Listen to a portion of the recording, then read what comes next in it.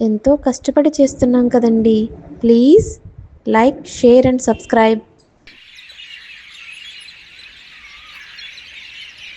ఒక అందమైన అడవిలో ఒక చీమ పరిగెడుతూ ఉంది.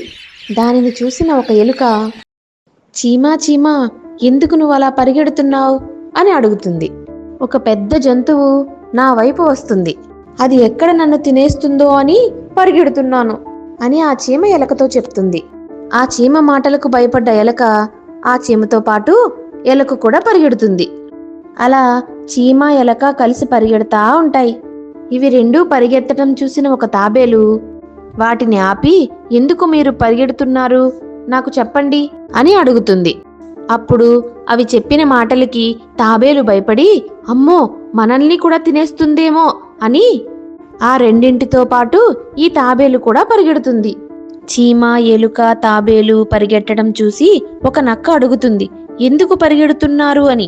అప్పుడు ఆ నక్కకి కూడా అదే సమాధానం చెప్తారు. అప్పుడు నక్క కూడా భయపడి వీటితో పాటు పరిగెడుతుంది. చీమ, ఎలుక, తాబేలు, నక్క కలిసి పరిగెట్టి పరిగెట్టి పరిగెట్టి అలసిపోయి ఒక చెట్టు కింద నుంచుంటాయి. అప్పుడు నక్క మొదటిగా పరిగెట్టిన చీమను అడుగుతుంది, నువ్వు భయపడ్డ పెద్ద జంతువు ఏంటి అని. దానికి సమాధానంగా ఆ చీమ, ఒక గండు చీమ వస్తుంది, అది ఎక్కడ నన్ను తినేస్తుందేమో అని భయపడి పరిగెట్టాను. అది అలా చెప్పగానే, అయ్యో అసలు విషయం తెలుసుకోకుండా మేము నీతో పాటు పరిగెత్తి అలసిపోయామని బాధపడ్డాయి.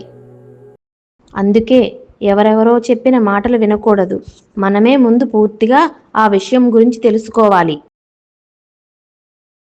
Please like, share and subscribe.